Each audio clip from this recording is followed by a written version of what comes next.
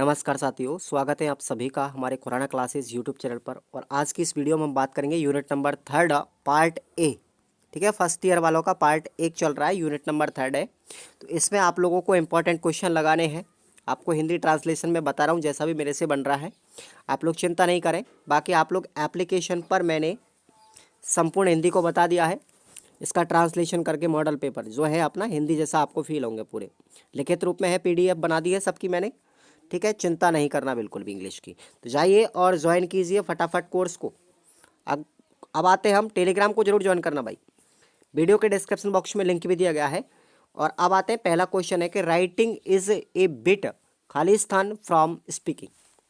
बोलने से हमारी लेखन की कौन सी इकाई झलकती है? तो याद रखना, स्कीमिंग। कौन सी झलकती है? स्कीमिंग। कौन सी इकाई है अपनी?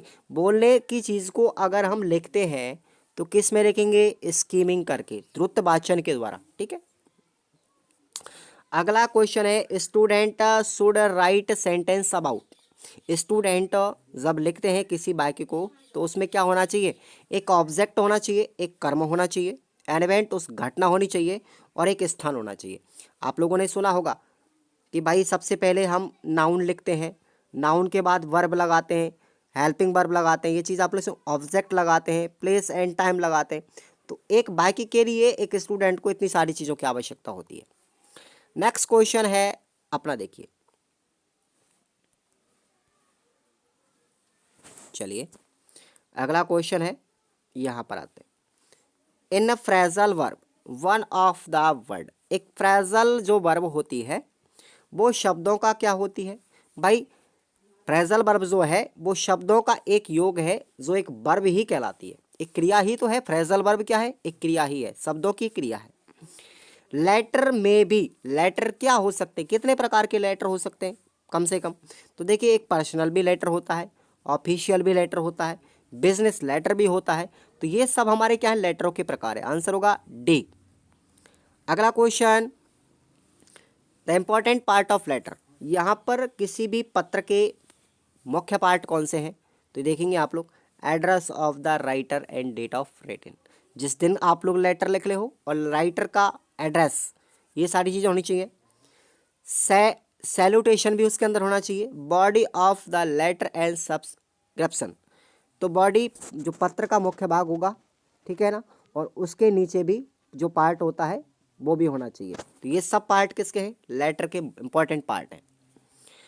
अगला क्वेश्चन आपके देखिए, two persons are essential in, यानी कि ऐसी कौन सी इनमें से चीज़ है जिसमें दो व्यक्ति एक दूसरे में आदान प्रदान करते हैं अप्रत्यक्ष रूप से?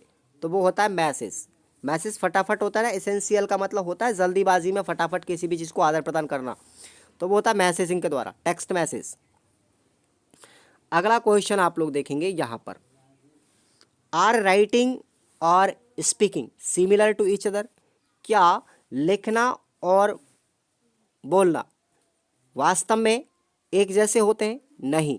नो लिखा हुआ है नहीं, they are different from each other. वास्तव में ये दोनों एक दूसरे से अलग होते हैं, क्योंकि लिखना हमारी एक लिपि है, जबकि बोलना हमारा क्या है?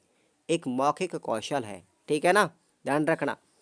अगला क्वेश्चन है, how should children start writing be the. छोटे जो बच्चे होते हैं, बच्चे जो होते हैं, उनको लिखना कहाँ से शुरू करना चाहिए? तो कहाँ से शुरू करना चाहिए? उनको सबसे पहले किसी ऑब्जेक्ट की जानकारी होनी चाहिए वाक्य के अंदर। ठीक है ना, एक छोटा सेंटेंस लिखो किसी ऑब्जेक्ट को लेकर के। नेक्स्ट क्वेश्चन अपना देखिए, यहाँ पर अगला क्वेश्चन अपना, डिफाइन द फ्रेज। फ्रेज क्या होता है? तो phrase is a group of two word. ठीक है, फ्रेज क्या होता है? दो शब्दों का संयोग होता है। ठीक है ना, group of phrase. Phrase is a group of two word. दो जो शब्द होते हैं, उन दो शब्दों का समूह क्या कहलाता है? फ्रेज कहलाता है। आप लोगों ने ये पढ़ ही लिया कि भाई right the name of different part of letters. एक लेटर्स के कितने सारे पार्ट होते हैं? तो सबसे पहले एड्रेस डेट होनी चाहिए, सैल्यूटेशन होना चाहिए उसके अंदर, विशेषीकरण, उसका बॉडी होना चाहिए, उसके बाद सब्सक्रिप्शन होना चाहिए, और उसके अंदर नीचे सिग्नेचर भी होना चाहिए जो लिख रहा है। ठीक है ना। अब आते हैं हम थोड़े बड़े प्रश्नों की तरफ। नेक्स्ट क्वेश्चन है अपना, कि लेखन योग्यता को परिभाषित कीजिए। डिफाइन राइटिंग एबिलिटी, यानी लेखन की योग्यता क्या है। तो देखिए, writing is called a creative art. लेखन एक कला है, ठीक है ना, लेखन को हम एक कला कहते हैं। Where the writer paints is own word of word, पूरे संसार के अंदर शब्दों का जो संसार होता है वो उसके अंदर पेंट करता है, कौन, writer. The writing skill is very important for academic life, हमारी जो एकेडमिक लाइफ होती है उसके अंतर्गत ये राइटिंग बहुत ज़्यादा महत्वपूर्ण कौशल होता है। The learners have to write expectations, dreams and problems etc। जो लर्नर होता है, यानी सीखने वाला जो होता है, वो लिख करके किसी विशेष चीज़ को, किसी अपने सपने को या किसी भी समस्या को लिख भी सकता है, लिपि रूप में बद्ध कर सकता है। Writing is a bit different from speaking, बोलने से लिखना बिल्कुल अलग चीज़ है। इन राइटिंग, लेखन में प्रोनाउंसिएशन, आर्टिकुलेशन, स्ट्रेस, इंटोनेशन यानी लयबद्धता, उतार चढ़ाव, क्रमबद्धता, गैस्चर आर नॉट पॉसिबल, ये सारी चीज़ें संभव नहीं होती लेखन के अंदर। The person to whom the communication is addressed would not always know, appreciate the context and the mood in which something has been written। किसी भी लेखन के अंतर्गत एक व्यक्ति जो होता है अपने वार्तालाप को एड्रेस्ड नहीं कर सकता हर चीज़ को, ठीक है ना, किसके अंदर, लेखन के अंदर नहीं कर सकता। उसके मूड के आधार पर वो उसको तय करेगा, यानी कि अपने विचार के आधार पर उसको लिख तो सकता है, बट इतनी जल्दी नहीं कि वो तुरंत फटाफट बोल सके जिस तरीके से। So the exercise of writing should be A small task nature. तो इसका हमको जो लेखन का अभ्यास है वो थोड़ा अपनी प्रकृति के विचारों के आधार पर, थोड़े प्राकृतिक चीज़ों के आधार पर किया जाता है। They should be informal and related to daily routine, और हमारी जो दिनचर्या होती है ना, और एक औपचारिक कार्य जो होते हैं उनके आधार पर इसको हम लिखते हैं। We should devise a game that gives each student a chance to write about the object in one sentence. किसी भी एक वाक्य के अंतर्गत जो स्टूडेंट होता है उसको लिखने का चांसेस दिया भी जाता है किसी भी युक्ति के द्वारा। डिवाइस ए गेम्स, या किसी गेम्स खेल के माध्यम से उसको लिखने का मौका दिया जाएगा किसी भी तरीके से। तो इस तरीके से आपको याद रखना है क्वेश्चन। अगला क्वेश्चन है अपना, देखिए ये क्वेश्चन है अपना कि मैकेनिक्स ऑफ राइटिंग, लेखन की यांत्रिकता से आप क्या समझते हैं। तो देखिए आप लोग, writing is not an easy task, लेखन कोई आसान कार्य नहीं है। The learners are required to have knowledge of letters, ठीक है। एक लेखन जो होता है, सॉरी, एक लर्नर जो होता है, उस लर्नर के लिए किसी भी पत्र का नॉलेज होना चाहिए, एक रिक्वायर्ड होनी चाहिए कि उसको क्या लिखना है, उसकी स्ट्रक्चर पता होना चाहिए। And above all art of expressing idea, और अपने विचारों को व्यक्त करने की कला भी उसको आनी चाहिए। Such already explained, writing is the productive skill in which the learners have to develop certain motor skill. इसके लिए हमको क्या होना चाहिए पता, स्ट्रक्चर पता होना चाहिए। एक उत्पादक कार्य है, क्या है, एक उत्पादक कार्य है जिसमें मौखिक विचारों को लिपिबद्ध किया जाता है। First of all writing word and sentence should be thought, इसमें हमारे विचारों को लिपिबद्ध किया जाता है। Side by side emphasis should be given to beautiful and uniform writing, खास बल सुंदर और एक रूपता पर भी दिया जाता है। अब बात करते हैं हम यहाँ पर लेखन की योग्यता पर, लेखन की योग्यता, एनहेंसिंग राइटिंग एबिलिटी। तो देखिए, the writing is one of the sub skill placed in last in all LSRW, मतलब L का मतलब है लिसनिंग, S का मतलब स्पीकिंग, R का मतलब रीडिंग और W का मतलब राइटिंग। खेल क्या है, एक उपकौशल है, सॉरी, लेखन एक उपकौशल है जिसके अंतर्गत इन 4 कौशलों को शामिल किया जाता है। बट किंतु it is an important of any of them, ये प्रत्येक व्यक्ति के लिए, सच ऑफ देम का मतलब होता है ये अन्य कौशलों की तरह बहुत महत्वपूर्ण होता है। Writing is placed last in learning a language what in the absence of writing ability none can be the complete user of the language। इसके लिए विकास के जैसे खेल कराएं जिसमें कार्य को एक वाक्य में व्यक्त किया जा सके।